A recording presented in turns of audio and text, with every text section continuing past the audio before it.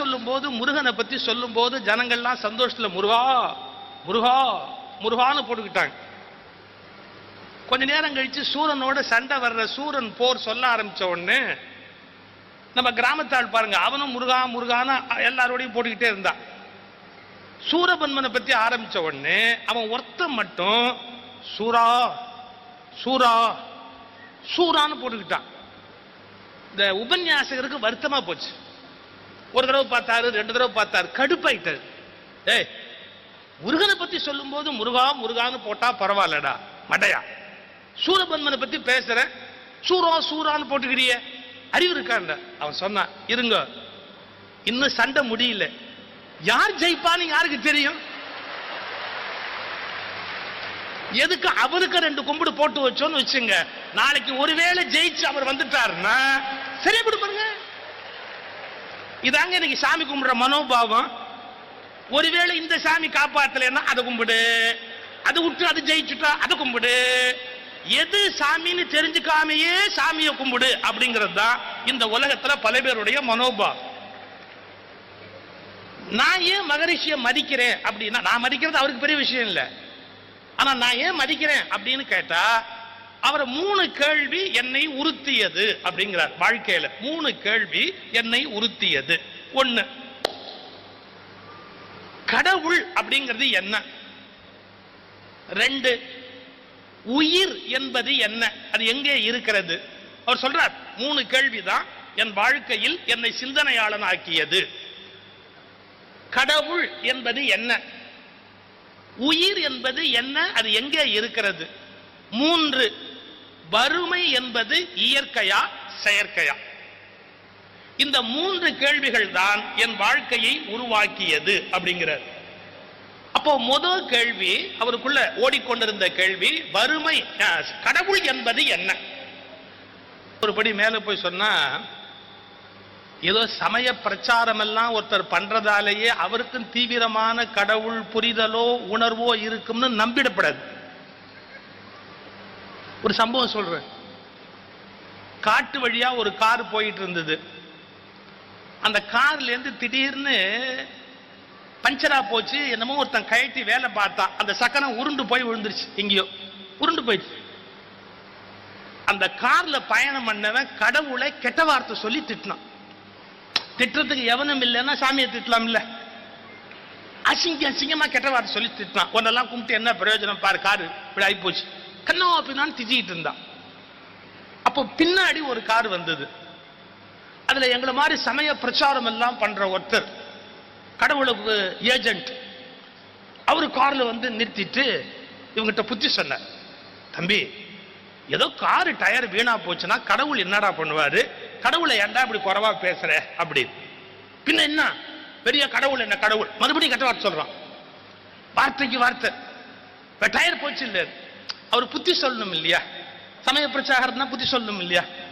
அவர் சொன்னார், பிரார்த்தனை பண்ணு, தோத்திரம் பண்ணு, தொழுக பண்ணு, சாமியை கும்பிடு, எல்லா சங்கடமும் போயிடும். அவன் சொன்னான், மறுபடியும் கெட்ட வார்த்தை சொல்லிட்டு சொன்னான், அதை நீ பண்ணு. நான் தான் நம்புறது இல்ல, நீ தான் நம்புற, ஊர் ஊரா போய் சொல்றல்ல, நீ பண்ணு. இவர் பார்த்தார், வசமா சிக்கிட்டார். இப்ப இவங்கிட்ட இனிமே மாட்டேன்னு சொல்ல முடியாது.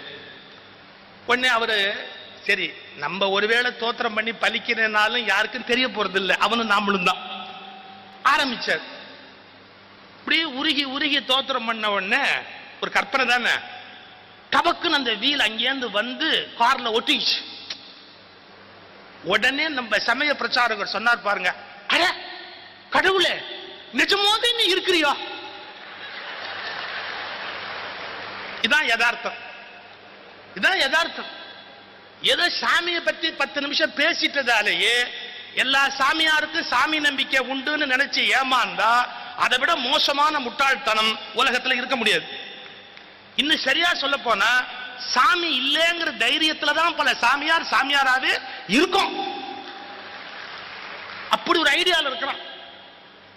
கடவுள் என்பவர் ஒரு நபர் அல்ல, இதுதான் வேதாத்ரி மகரிஷியுடைய கோட்பாடு. கடவுள் என்பவர் ஒரு நபர் அல்ல, he is not a person. ஒரு நபர் என்றால் அந்த நபரை பற்றிய சிந்தனைகள் ஒரு மதமாக மாறுகின்றன. கடவுள் என்பது ஒரு தன்மை, அது ஒரு நபர் அல்ல, அது ஒரு தன்மை. எப்படி உயிர் தோன்றியது, உலகு தோன்றியது, உயிர் இயக்கம் தோன்றியது என்பதை பற்றி சிந்தித்து கடவுள் ஒரு தனிநபர் என்பதிலிருந்து சமூகத்தை விடுவித்த அண்மை கால ஞானிதான் வேதாத்ரி மகரிஷி. அவருடைய கேள்விக்கு அவர் விடை காணுகிறார். கடவுள் என்பது என்னங்கிறத விடை கண்டு சொல்லுகிறார். இது ஒரு கோணம். ரெண்டு, அவர் யாரை பத்தி கவலைப்படுறார்? மனுஷனை பத்தி கவலைப்படுறார். எங்க ஐயா கவிக்கோ கூட மனித குலத்தினுடைய வறுமையை சொன்னார். அருமை நண்பர் ஜெகத் கஸ்பர் அவர்கள் பேசுகிற போது எப்படி மனித குலத்தை நேசித்த ஒரு மனிதநேயமா மனிதராக மகரிஷி விளங்கினார்னு சொன்னார். அவர் மனித குலத்தை பற்றிய அளவுக்கு மீறிய ஒரு கவலை. அல்ல, கஸ்பர் சொன்ன வார்த்தை எனக்கு ரொம்ப பிடிச்சிருந்தது. அவர்கள் சொன்ன வார்த்தை, ஒவ்வொரு மனுஷன் மூஞ்சியை பார்த்தா ஒரு 8 கிலோ 10 கிலோ, அது கூட கம்மி சார். பல பேர் ஒரு 500 கிலோ தலையில வச்சுக்கிட்டு இப்படியே போறான். அவ்வளவு இருக்கும். அவன் தலைமையில அவ்வளவு பாரத்தை வச்சிருக்கிறான். ஒரு 500 கிலோ வச்சுக்கிட்டு அப்படியே போயிட்டே இருக்கிறான். அவ்வளவு என்ன இருக்கும் சார்? இங்கிலீஷ்ல ஒரு வார்த்தை இருக்கு, the stress is your weight. your weight is not the real weight. நம்ம 50 கிலோவா 80 கிலோவாங்கிறது வெயிட்டே இல்லை. அந்த தைரியத்துல தானே இப்படி இருக்கேன். your stress is your weight. உங்களுக்கு இருக்கிற இறுக்கம் இருக்கு பாத்தீங்களா, உங்களுடைய மன இறுக்கம், அதான் உண்மையான வெயிட். இப்ப நாம எப்படி இருக்கிறோம், நம்மில் பலர் எப்படி வாழுகிறோம்? அவர் சொன்னார் எவ்வளவு மோசமா இருக்கிறோம் அப்படின்னு. அதுக்கு ஒரு நிகழ்ச்சி சொல். இந்த மாதிரி மத போதனை எல்லாம் செய்யறது எப்படி அப்படின்னு ஒரு ட்ரைனிங் நடந்துகிட்டு இருந்தது. அப்போ ஒருத்தரை பேச சொல்றாங்க, நீ பேசு, கடவுளை எப்படி மக்கள்கிட்ட கொண்டு போகணும்னு பேசு, ட்ரைனிங். ஒரு ஒண்ணு சொர்க்கத்தை பத்தி ஆரம்பிச்சார், அப்புறம் நரகத்தை பத்தி ஆரம்பிச்சார். புண்ணியம் பண்ணுகிறவன் சொர்க்கத்துக்கு போவான், பாவம் பண்ணுகிறவன் நரகம் போவான் அப்படின்னு சொன்னார். அந்த ட்ரெயின் பண்ற வாத்தியாரு இப்படி பார்த்துட்டு, நோ, சொர்க்கத்தை பத்தி இப்படியா பேசுவாங்க? சொர்க்கத்தை பத்தி பேசும்போது ஒரு 1000 வாட்ஸ் பல்பு மூஞ்சில எரியணும், அப்பதானே கேட்கறவங்க மனசுல பதியும்.